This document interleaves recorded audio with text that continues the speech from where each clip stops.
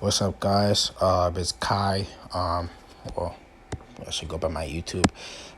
It's slow Mk6. Just read the 6 of the S. Anyways, this is my 2012 GTI. I got it in 2020.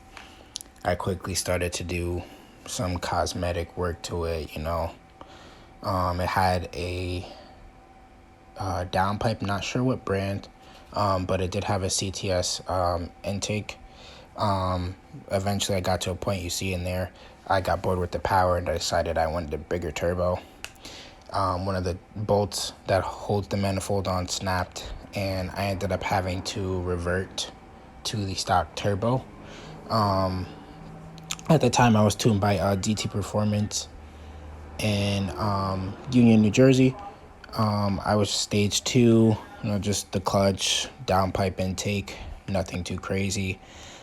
So I got the car back up again, and I decided I wanted to start doing more bolt-ons to prepare myself again to do it the right way this time. So I decided to run the S3 OEM location intercooler as well as the Forge twin intercooler. In this video I couldn't get the piping correct. Here's just another shoot of how the car looked.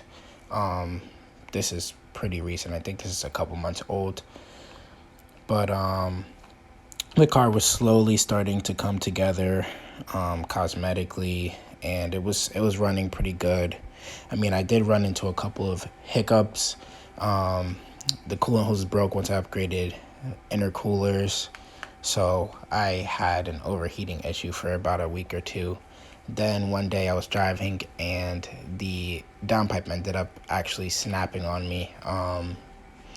I was doing a bunch of popping, and then I just heard one real loud one.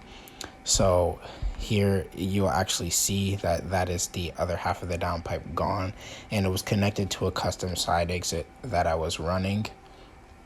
It sounded pretty good for sale, actually, if you want it.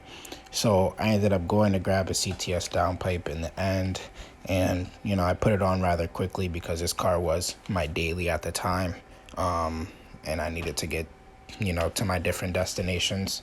I would definitely say this is a good sounding downpipe. I actually like it. So then got bored and I'm like, okay, let's grab a Franken turbo and let's go kill shit. So I started doing maintenance, new sparks, new coils. Then I ended up ordering new piping for the twin intercooler. Still wasn't set up.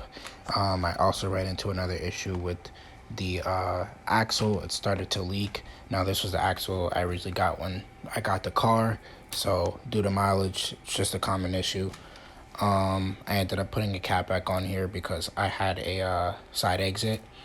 Then eventually I got a custom pipe made. Shout out to Brendan for that. The S3 intercooler was initially connected on its own, but then I got the piping and everything and it was good.